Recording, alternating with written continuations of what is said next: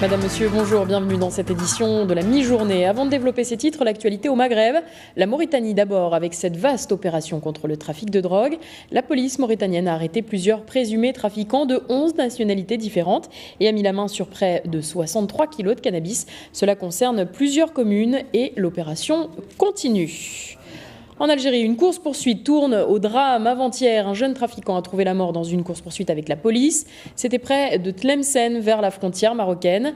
Aussitôt, la nouvelle répandue, un petit millier de jeunes s'en sont pris au parc automobile de la douane. 317 véhicules ont été incendiés. L'incendie s'est même propagé au commissariat de douane situé à proximité. Une vingtaine de jeunes a été arrêtés. Les autres se sont dispersés au milieu de la nuit. Vous vous souvenez peut-être de l'affaire du Dubai Gate. Un commando du Mossad y est suspecté de l'assassinat d'un cadre du Hamas. Des faux passeports auraient été utilisés. Et bien aujourd'hui, l'Australie a décidé d'expulser un diplomate israélien. L'enquête ayant montré que des papiers australiens ont été falsifiés. Plus de précisions avec Stéphanie Trouillard. 20 janvier dernier, Mahmoud Al-Mabeu, un cadre du Hamas, s'est retrouvé mort dans une chambre d'hôtel de Dubaï.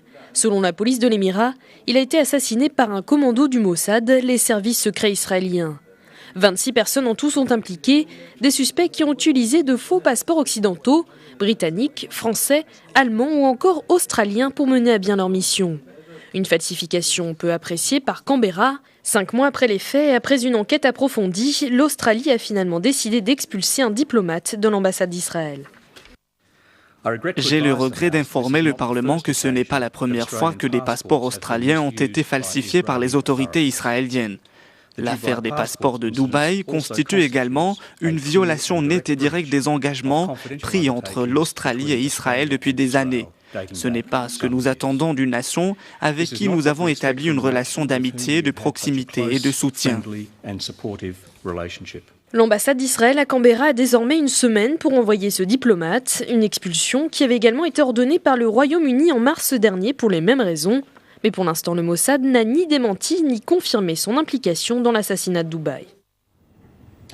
Et l'exercice de défense continue en Israël avec cette fausse guerre. L'État hébreu vérifie son degré de préparation face à d'éventuelles attaques. Des attaques venant de la bande de Gaza et du Sud-Liban. Et l'Iran a répliqué de son côté par ses propres exercices militaires.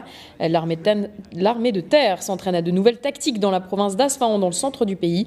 Des manœuvres sur 3 jours de toutes les branches de l'armée. L'Iran, qui porte un coup au Jundullah, le frère du chef de l'organisation sunnite, a été pendu hier. Abdelhamid Riji, frère d'Abdelmalek Riji, le chef du Jundullah, a été exécuté en prison. Son frère est aussi derrière les barreaux depuis février dernier. Selon la République islamique, ce groupe sunnite armé est lié à Al-Qaïda et bénéficie de soutien en provenance du Pakistan, de Grande-Bretagne et des États-Unis. La Somalie à feu et à sang, la capitale Mogadiscio particulièrement, car les rebelles Chebab ont lancé une attaque. Ils sont maintenant aux portes du palais présidentiel et ont déjà fait une vingtaine de morts sur leur chemin. Aujourd'hui, le président somalien est rentré au pays. Il était en Turquie, où la communauté internationale lui a promis plus de soutien. Willy Pierre. La conférence sur la Somalie s'achève aujourd'hui. Une conférence qui s'est déroulée à Istanbul pour faire sortir ce pays de l'impasse. Le président somalien devrait recevoir un soutien supplémentaire aux 6000 soldats ougandais et burundais de la force de la paix de l'Union africaine à l'appui. Seulement voilà, ce soutien tarde à venir et le gouvernement de transition en place depuis janvier 2009 est de plus en plus fragile. Les Chebab ont lancé une offensive sur plusieurs positions gouvernementales à Mogadiscio. Leur objectif, atteindre le palais présidentiel. Et ils auraient déjà approché le kilomètre zéro, un carrefour important menant au port stratégique de la capitale. Les Chebab et les troupes gouvernementales s'affrontent quotidiennement dans les rues de Mogadiscio. Des affrontements qui ont déjà fait 20 morts dans la capitale somalienne. Nous avons reçu 37 civils blessés rien qu'aujourd'hui. Certains sont très grièvement blessés. On en a libéré 19 qui n'avaient pas de blessures assez graves. Désormais, il ne reste plus que des grands blessés, et notamment un enfant qui a pris une balle dans l'estomac. Si les insurgés arrivaient jusqu'au palais, la Somalie pourrait connaître un nouveau coup d'État. Le soutien de la communauté internationale ne devrait plus se faire attendre. Le pays est en effet au cœur des préoccupations. Le phénomène de la piraterie a pris aussi des proportions mondiales. L'année passée, sur 409 attaques dans le monde, 409 attaques de pirates contre la marine marchande, 215 attaques ont été menées par des pirates somaliens. Et chez les voisins éthiopiens, on dépouille les bulletins de vote. Toujours pas de résultat pour les élections législatives. Le taux de participation est néanmoins très élevé, 70-80% à la mi-journée selon les autorités. Autre point positif, le scrutin s'est déroulé dans le calme et la paix. L'opposition parle pourtant d'irrégularité et de fraude. En tout cas, le parti majoritaire, celui du Premier ministre Meles Zenawi, est confiant en sa victoire. Quand deux géants économiques discutent, ça parle stratégie, bien sûr. Hillary Clinton entame le deuxième jour de son dialogue avec la Chine et Pékin s'est montré plutôt conciliant pour le moment. Taoufik Nasseri. Une visite de 2 jours pour des dossiers de grande envergure. Hillary Clinton est en Chine pour parler économie, mais aussi politique. À l'ordre du jour, la réforme du yuan. Washington espère réduire son vaste déficit commercial vis-à-vis de Pékin. Il est de notre intérêt commun de soutenir un système commercial plus ouvert, avec une balance équitable de bénéfices et de responsabilités. Nos deux pays ont largement bénéficié du commerce ouvert et des investissements. Nous voulons une Chine plus ouverte. L'an dernier, le déficit commercial américain s'est établi à plus de 226 milliards de dollars contre un record de près de 270 milliards en 2008. Les États-Unis appellent à présent la Chine à coopérer en vue d'une réduction des barrières commerciales. Pékin, pour sa part, adopte un ton conciliant. Nous allons pousser en avant l'extension de la consommation domestique. Nous allons pousser en avant le développement d'un commerce extérieur en bonne santé et bannir toute forme de protectionnisme commercial. Une entente sur l'économie mais pas sur la politique. Le dossier du nucléaire nord-coréen est toujours sensible entre les deux États. La Chine est le seul soutien majeur de la Corée du Nord sur le plan international. Et justement, dans ce dossier, la Corée du Sud a décidé de poursuivre la Corée du Nord devant le Conseil de sécurité des Nations Unies. En mars dernier, un navire sud-coréen a été attaqué et a fait naufrage. 46 marins sont morts. La Corée du Sud, tout comme les États-Unis, accuse donc la Corée du Nord. Et pour Séoul, c'est même une violation de l'armistice conclu entre les deux pays.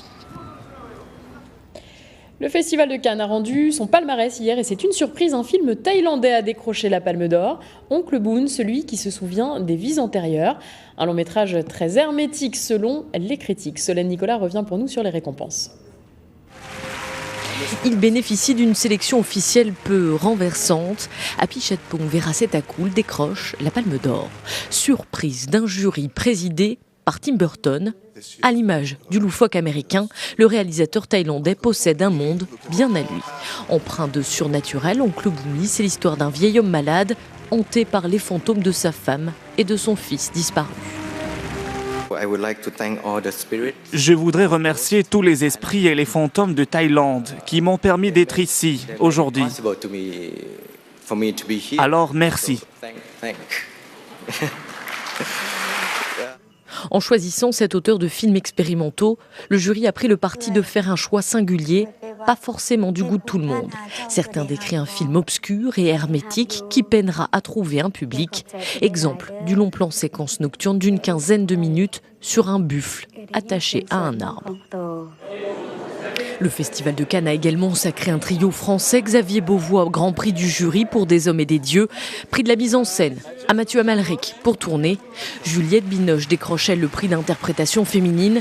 La Française a profité du coup de projecteur pour évoquer le sort du réalisateur iranien Jafar Panahi, emprisonné et à son 9e jour de grève de la faim. Il y a un homme qui aujourd'hui encore est en Iran. Il a pour faute d'être artiste, d'être indépendant. Et je pense à lui spécialement ce soir. Il est parmi nous en pensée. J'espère qu'il sera l'année prochaine, physiquement.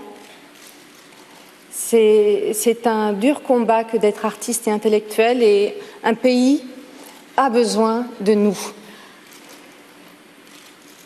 Voilà, c'est tout. Et le beau Javier Bardem remporte le prix d'interprétation masculine pour Beautiful d'Alejandro González Iñárritu, prix qu'il partage avec l'italien Elio Germano pour La Nostra Vita de Daniele Lucchetti. Voilà, c'est la fin de cette édition. Merci de l'avoir suivi. Très bonne journée à tous.